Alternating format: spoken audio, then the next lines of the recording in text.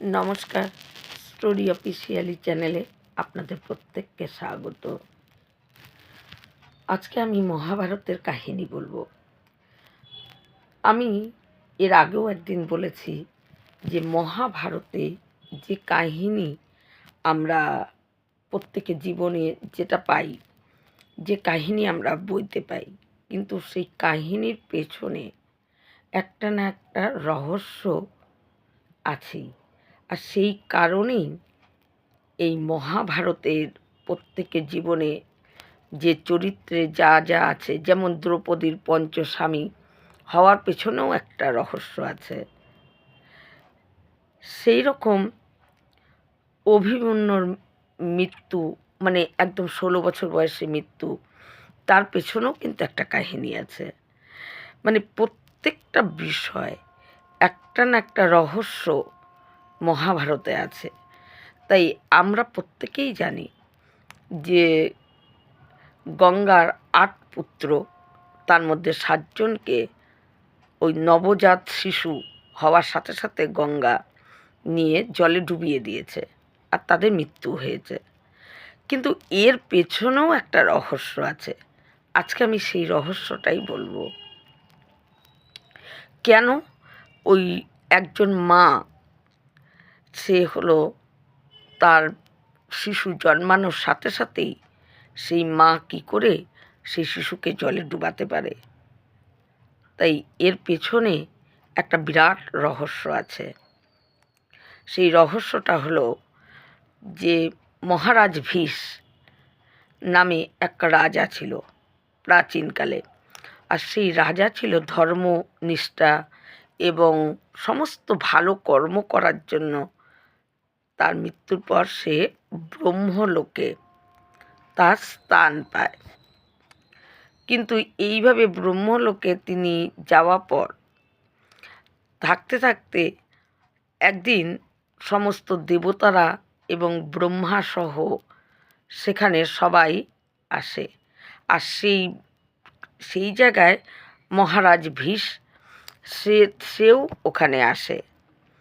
কিন্তু সমস্ত দেবতা এবং ব্রহ্মা যখন সেই জায়গায় একত্রিত হয়ে প্রত্যেকে আছে এবং মহারাজ ভীষও সেখানে আসেন, সেই সময় হঠাৎ গঙ্গা সেখানে আসে। আর গঙ্গা যখন সেখানে আসে, তার এত সুন্দর রূপ, এত সুন্দর, এই দেখে সেই সময় হঠাৎ একটা জোরে হাওয়া হয়।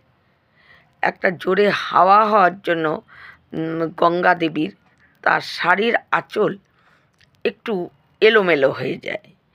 আর তাতে সাথে সাথে সমস্ত দেবতারা তারা মাথা নিচু করে ফেলে। কিন্তু মহারাজ ভীষ গঙ্গার দিকে একই দৃষ্টে তাকিয়ে থাকে।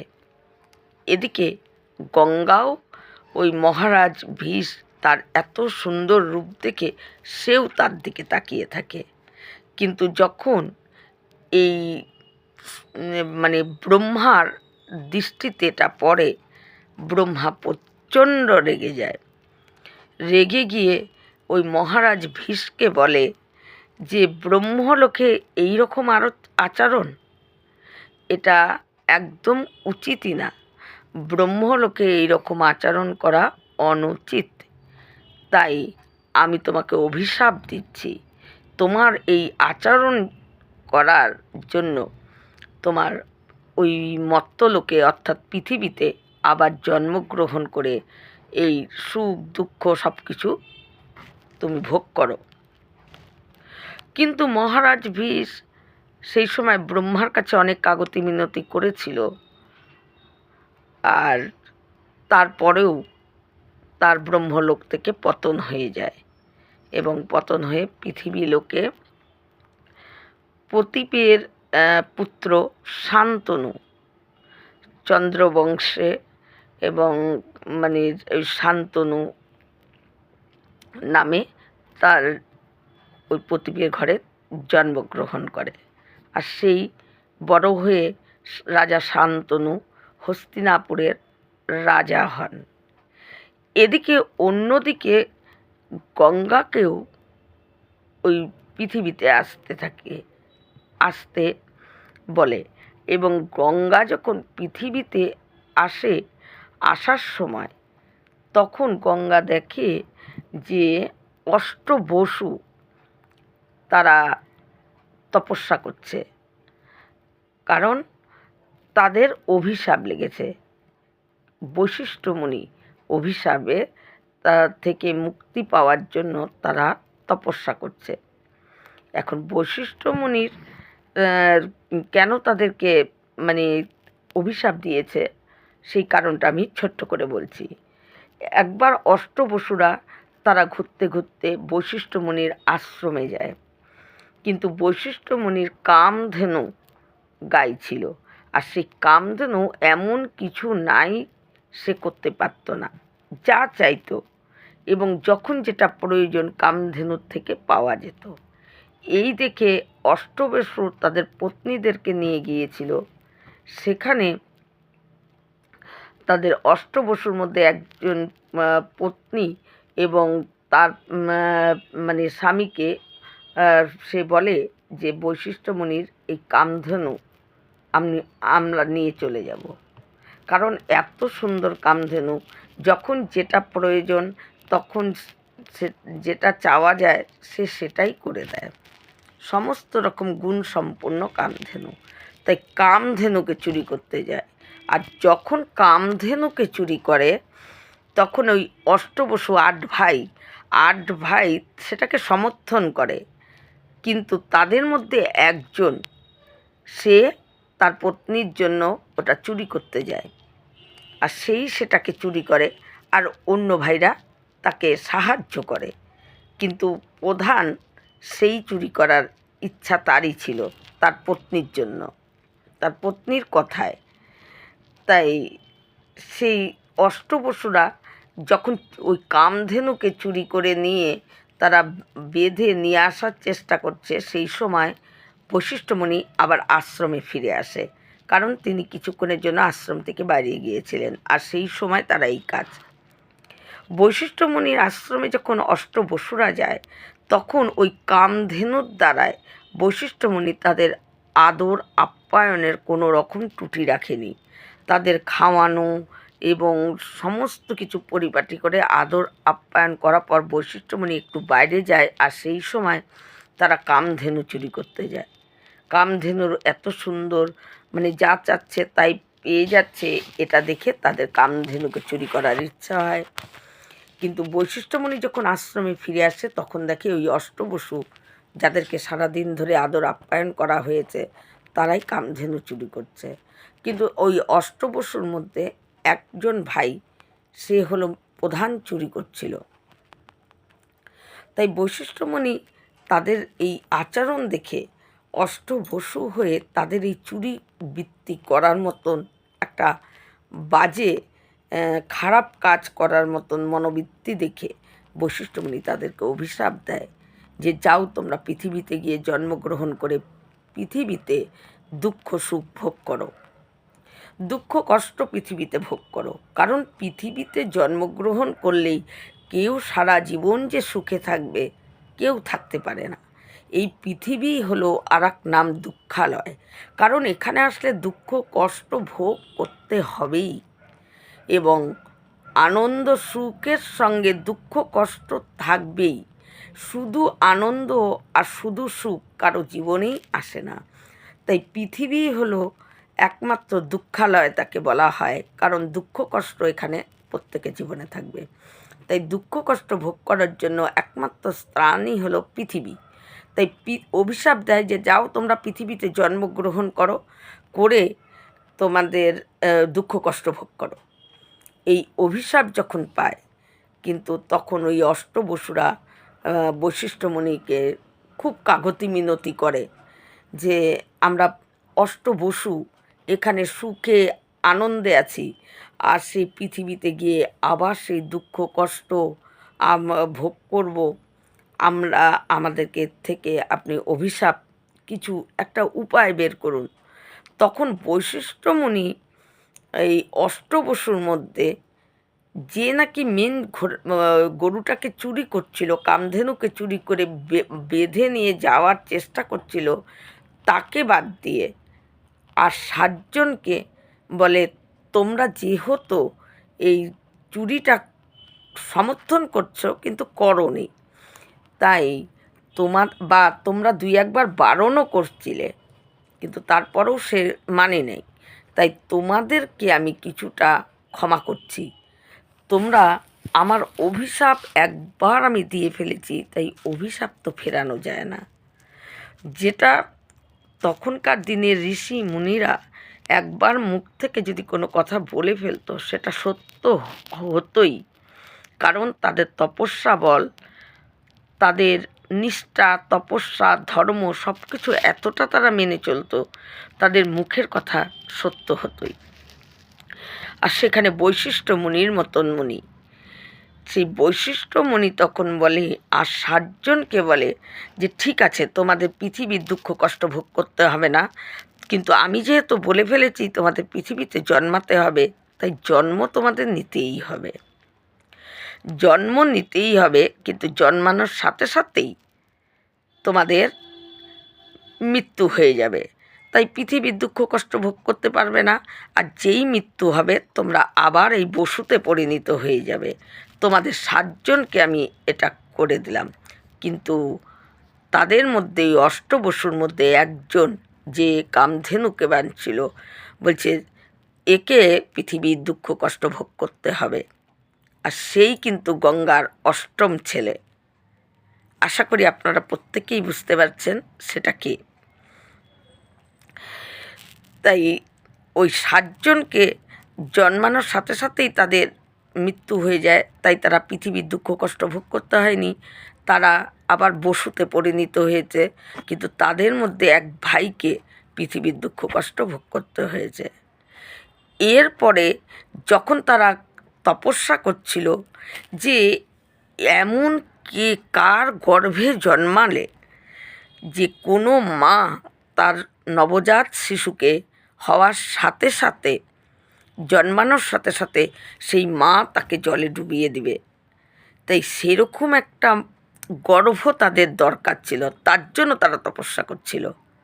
তাই ওই সময় গঙ্গা যখন পৃথিবীতে আসছিল তখন পথে দেখে অষ্টবসুকে, তারা মানে তপস্যা করছে।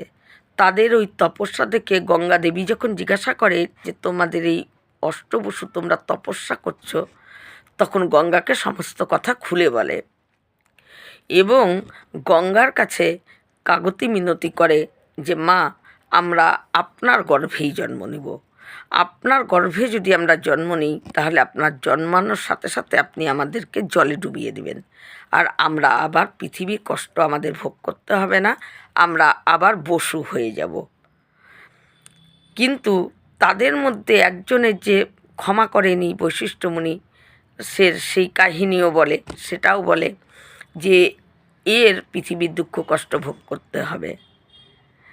তাই এরপরে গঙ্গা যখন এই পৃথিবীতে আসে এবং তখন ওই রাজা শান্তনু, সে অনেক একটু বড় যখন হয়ে গেছে, সে একদিন ওই গঙ্গার তীরে ঘুরতে ঘুরতে গঙ্গাকে দেখে এবং সে আবার মোহিত হয়ে যায় এবং গঙ্গাকে বিয়ের প্রস্তাব দেয়।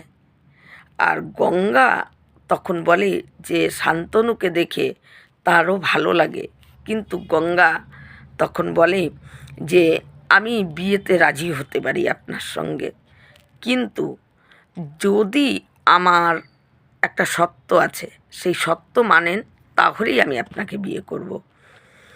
শান্তনু তখন গঙ্গাকে বলে যে তোমার সত্যটা আমাকে বলো, যত বড় সত্যই হোক না কেন, কারণ গঙ্গাকে দেখে শান্তনু এতটাই মোহিত হয়ে যায়, তখন যে কোনো সত্যই তার কাছে তুচ্ছ মনে হচ্ছে। তখন গঙ্গা বলে যে আমি আপনার সঙ্গে বিয়ে করার পর আমি যে কাজই করি না কেন আপনি তাতে বাধা দিতে পারবেন না, আর যদি আপনি বাধা দেন, যেদিন আপনি বাধা দিবেন সেদিন কি আপনাকে ত্যাগ করে আমি চলে আসব, এটাই হলো আমার সত্য।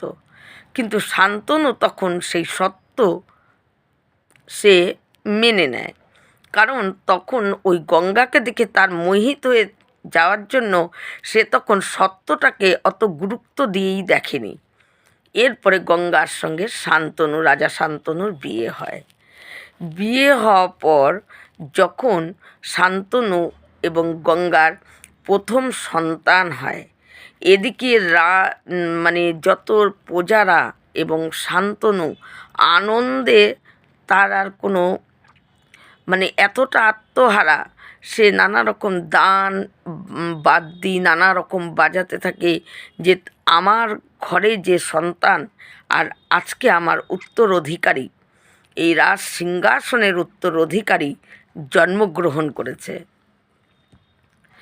কিন্তু রাজা শান্তনু যখন আনন্দে মানে মেতে উঠেছে এবং প্রজারাও নাচ গান করে আনন্দ করছে, কিন্তু রাজা শান্তনু যখন তার নবজাত শিশুকে দেখতে যায়, সেই সময় দেখে গঙ্গা তাকে কোলে নিয়ে সে ঘরের থেকে, প্রাসাদ থেকে বাইরে চলে যাচ্ছে।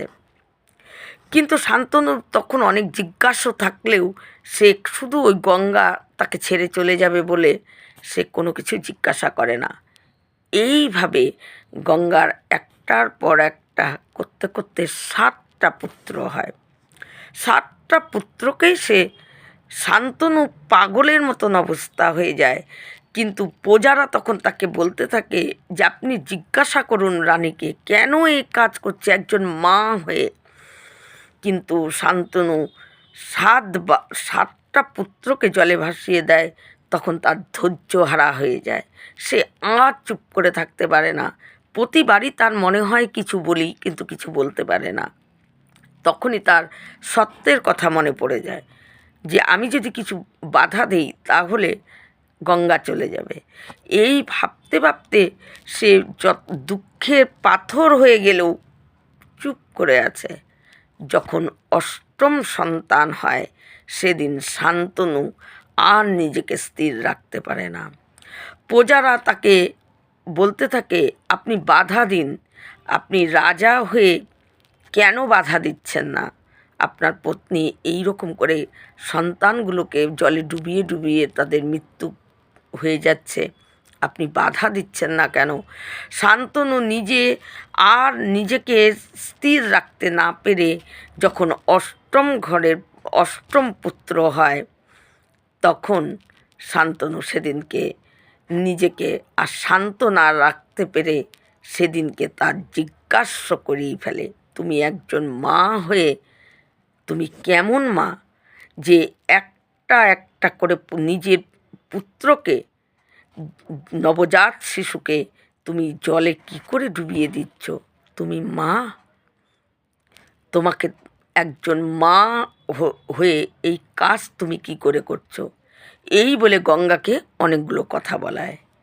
অনেকগুলো কথা বলার পর যখন তিরস্কার করে গঙ্গাকে, তখন গঙ্গা বলে যে আমি আপনাকে আগেই বলেছিলাম যে আমার কোনো কাজে আপনি বাধা দিবেন না, আর যেদিন বাধা দিবেন সেদিন আমি আপনাকে ছেড়ে যাব।